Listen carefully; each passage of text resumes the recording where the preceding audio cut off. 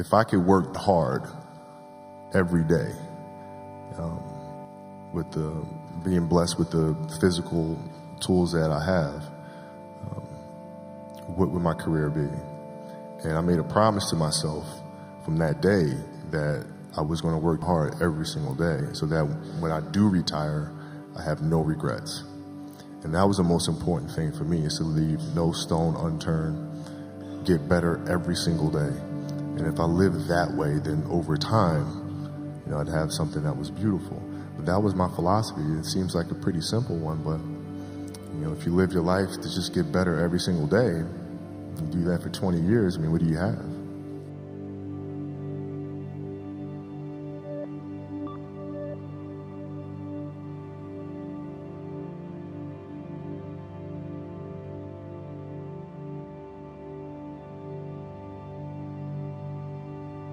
That's the trick, isn't it? It's finding what you love to do.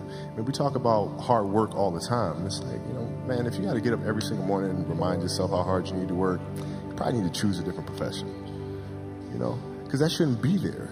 I wake up in the morning excited to get to it. If I'm not training, I'm missing it. If I'm not watching a game of basketball, I miss it.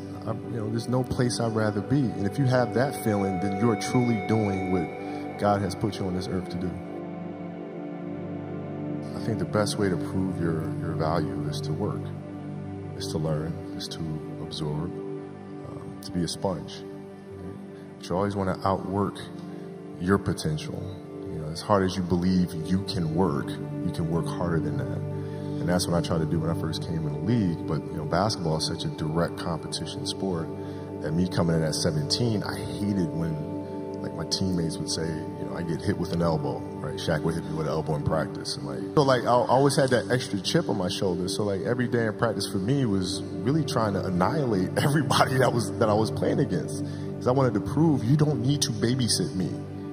I'm fine, And so it's always that competitive nature, the work ethic, and curiosity.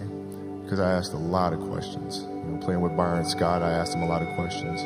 Eddie Jones, who was great at chasing guards off the screens, and I didn't understand how to do that. I would sit with him before practice, after practice. Magic, James Worthy, Kurt Rambis, Kareem Abdul, all the Laker greats. I would always sit down and just ask them questions about certain games that I studied growing up. What actually happened there? What did you feel there? Why? Phil introduced meditation to us when he came to our team in 99, 2000.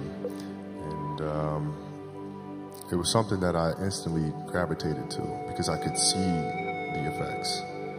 Right? I used to watch, studying the games, the Bulls teams, and watching their demeanor, watching their composure, playing in a tough place like Utah during the finals and being down 17. You couldn't tell if they were down 17 or up 20 or a tie game. It never changed. And I was wondering why the hell that is. And that's when I started doing more research. And when Phil came, I immediately gravitated to it and found myself accepting the challenge of finding what that space is. And for the 81-point game, man, to be honest, I wasn't even thinking about the game. My knee was hurting so much. I didn't know then, but I had a flapper joint of cartilage stuck in my joint line. And so my mind was really trying to go to a place where I don't feel that pain. And the game started, and because of that, I was just in a different space. I wasn't worried about what was to come. I wasn't worried about what just happened. I was just here. And when you're just there in the moment, playing plays right in front of you, your focus is heightened because nothing else matters. That's the space I've tried to get to. From the field. This would be 18 for 20 from the line and an 81-point game. 55 in the